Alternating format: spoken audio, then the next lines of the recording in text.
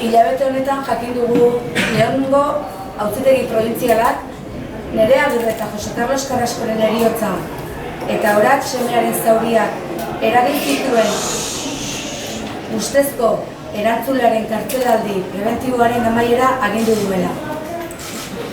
Ondorioz, pertsona hau askatasun egoeran aurkitzen da gaur egun. Honako baldintzekin. 3.000 euroko fidantza ordaintzea. Astelehenero epaitegian aurkezteko betebeharra. Pasaportea eta gidatzeko baimena epaitegian uztea. 2018ko ekainaren 28an gure herria gogor kolpatu zuen gertakari tragikura eragin zuen pertsona hasieratik fidantzari gabe kartzelaratua izan zen. Gogoratu behar dugu istripua eragin ondoren ihesari eman ziola. Eta gainera positibo eman zuela ondoren egin zitzaion alkoholemia frogan. Guzti honek samina eta amorrua eragin zituen gure artean. Eta kasu hau bereziki larria izatea eragin du. Horregatik, Bilagonako udaleko bozeramaile batzordeak egindako presazko bilkuran aho batez erabaki zen auzi honetan udala herri akusazio gisa aurkeztea.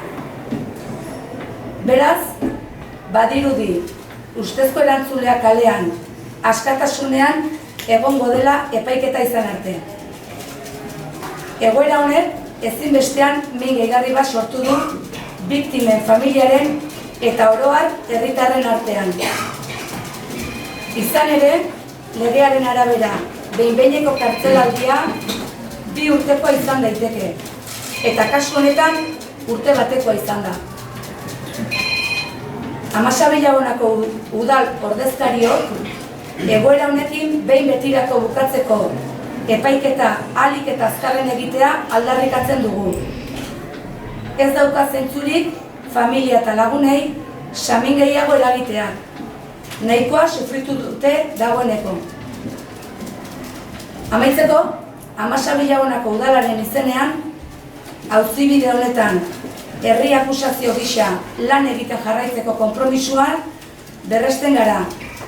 Eta Nerea, Jose Carlos eta Oratzen familiei eta lagunei gure babes eta elkartasun osoa eskaini nahi diegu une gogor hauetan. Justizia egin dadila eskatzen dugu, besterik ez.